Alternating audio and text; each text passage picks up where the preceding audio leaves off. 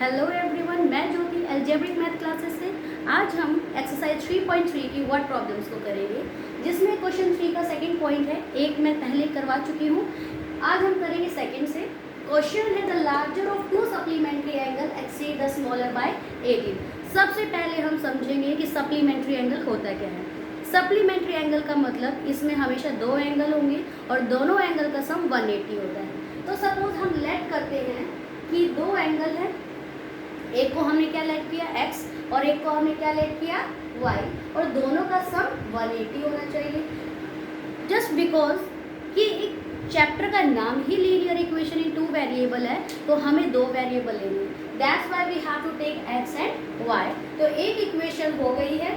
Then second equation के लिए उसने बोला है कि the larger will be, larger को हम सपोज x मान लेते हैं, इज एक्सीड द स्मॉलर, वो स्मॉलर से ज़्यादा है। कितना ज़्यादा? 18। जब भी वो एक्सीड बोले तो हमें क्या करना है, दोनों के बीच में माइनस का साइन लगा देना है, then equals to 18। This is the second equation. अब हम सॉल्व करेंगे, किसी भी मेथड से आप सॉल्व कर सकते हो, चाहे सब्स्टिट्यूशन मेथड हो चाहे एलिमिनेशन मेथड हो। तो हम इजी वाला टाइप करते हैं, x plus y equals to 180, x minus y equals to 18।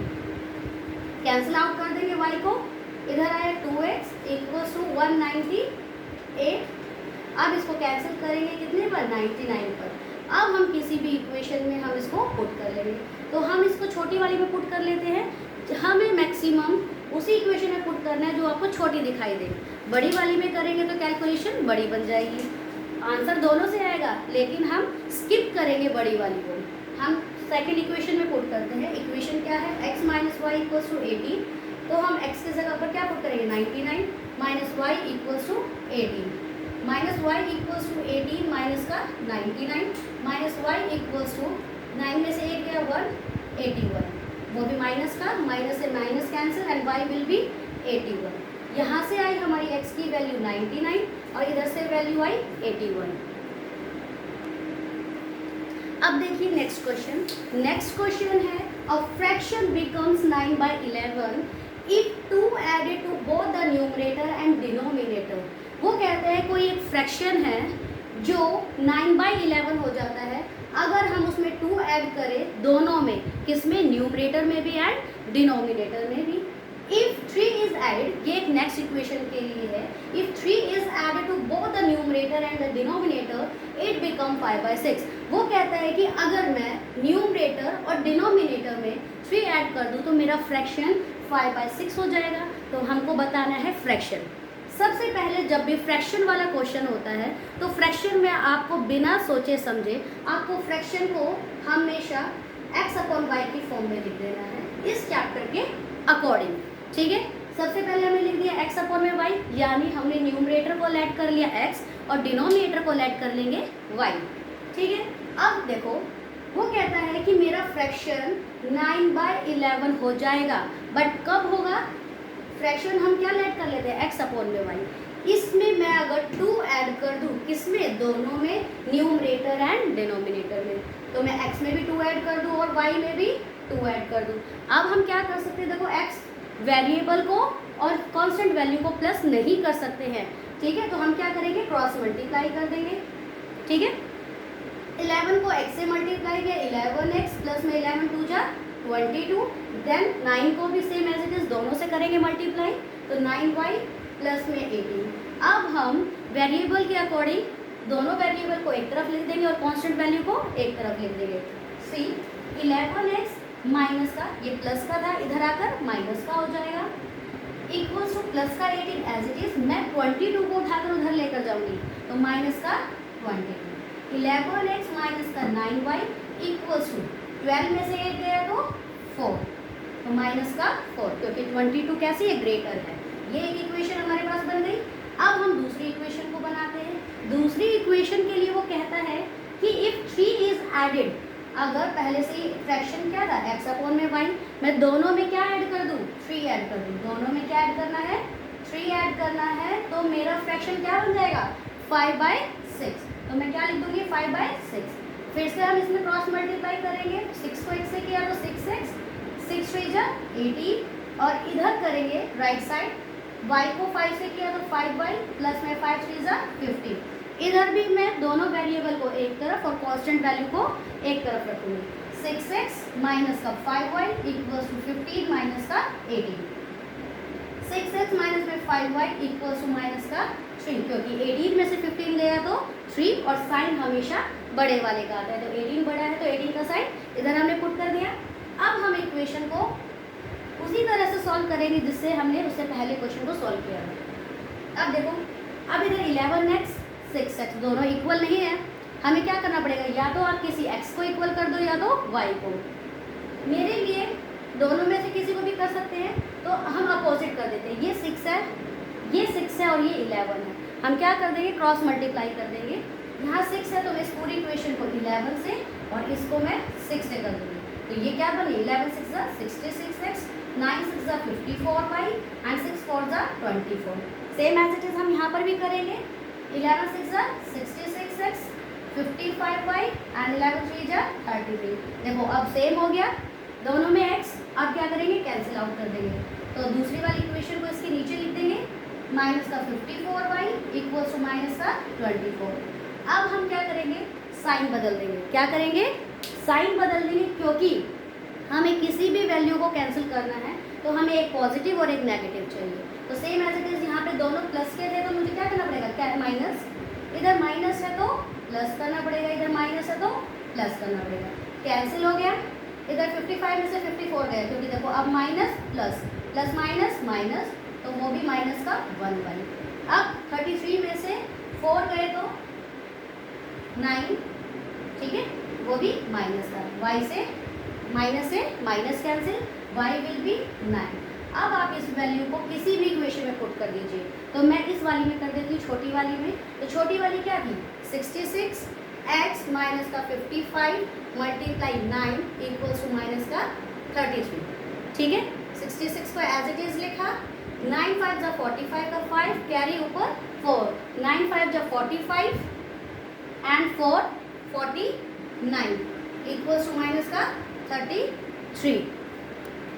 देखो अब इसके बाद हम क्या करेंगे, 495 में से हम 33 को माइनस कर देंगे, तो ये इधर आया 2, 5 में से 3 गया तो 2, 9 में से 3 गया तो 6 4, और साइन अब प्लस वाले का रहेगा, क्यों, क्योंकि 495 कैसा है, बड़ा है, तो इसीलिए हमने बड़े का साइन लगा दिया। इधर हम लिखेंगे सेम एज इट इज 66।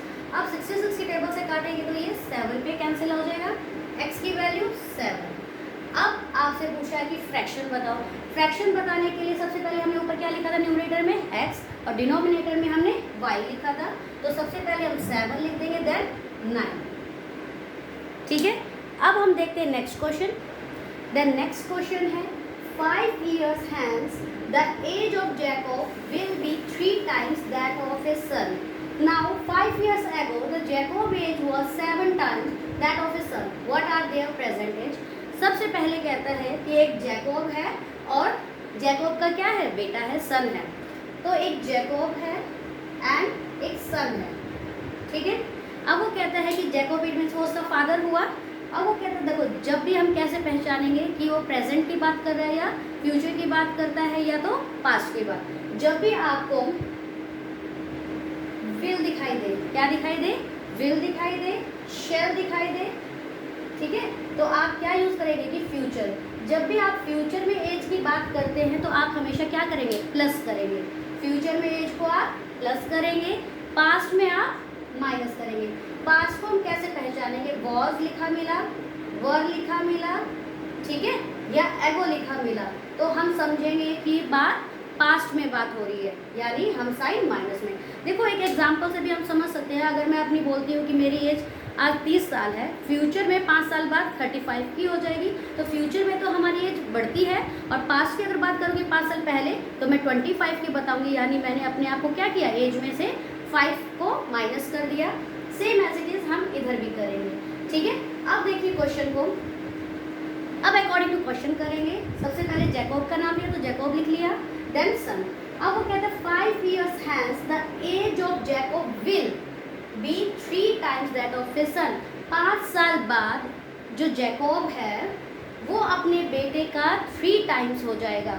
तो जैकोब 5 years later, 5 साल बाद, तो वो अपनी एज में 5 जोड़ लेगा, जैकोब सन भी 5 जोड़ लेगा।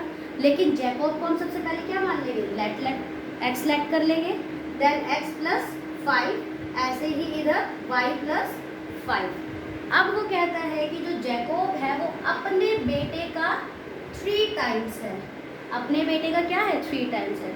तो x plus 5 as it is, 3 को y से किया तो 3y प्लस में 15। इधर भी हम इक्वेशन को सेम एज इट इज लिखेंगे, x minus 3y equals to 15 plus का 5 है इधर आकर माइनस का 5, x minus 3y equals to 10। ये इक्वेशन 1 बन गई।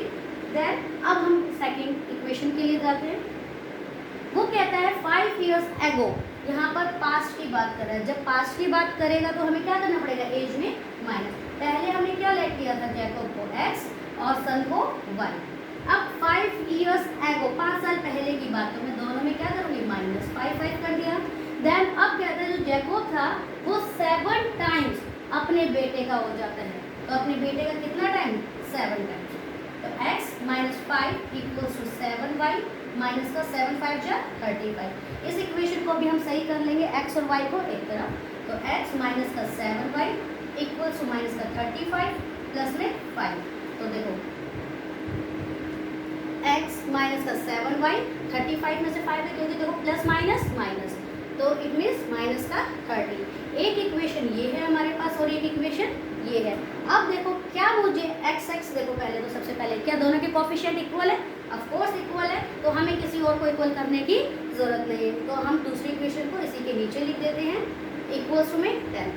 बस अब हमें क्या करना है, दोनों के साइन को देखना है। अगर सेम है तो एक को प्लस और एक को माइनस कर देंगे। अब देखो दोनों सेम है तो मुझे क्या करना पड़ेगा, साइन को चेंज करना पड़ेगा। तो प्लस है तो माइनस, माइनस है तो प्लस। अगर हम एक के चेंज करेंगे तो हमें पूरी इक्वेशन के से चेंज करने पड़ेंगे। अब ये प्लस का है तो माइनस का, अब ये कैंसिल हो गया, प्लस माइनस माइनस, 7 में से 3 गया तो 4y। अब इधर वो भी साइन माइनस का लगेगा क्योंकि 7 कैसा है, ग्रेटर है। Then minus minus plus, minus का 40, माइनस से माइनस कैंसिल, 4 1 जा 4, 4 10 जा 40। y की वैल्यू आई 10। अब जब y की वैल्यू 10 आई है तो आप किसी भी इक्वेशन में पुट कर सकते हैं, चाहे इस वाली में या तो इस वाली में। मैं छोटी वाली इक्वेशन में पुट कर देती हूँ और मुझे y की जगह पर क्या पुट करना है, 10। तो x माइनस का 3, पहले हम इक्वेशन को एज इट इज लिख देते हैं, इक्वल्स टू में 10। x माइनस में 3 multiply 10 equals to 10। x minus का 10 3 जा 30 इक्वल्स टू में 10।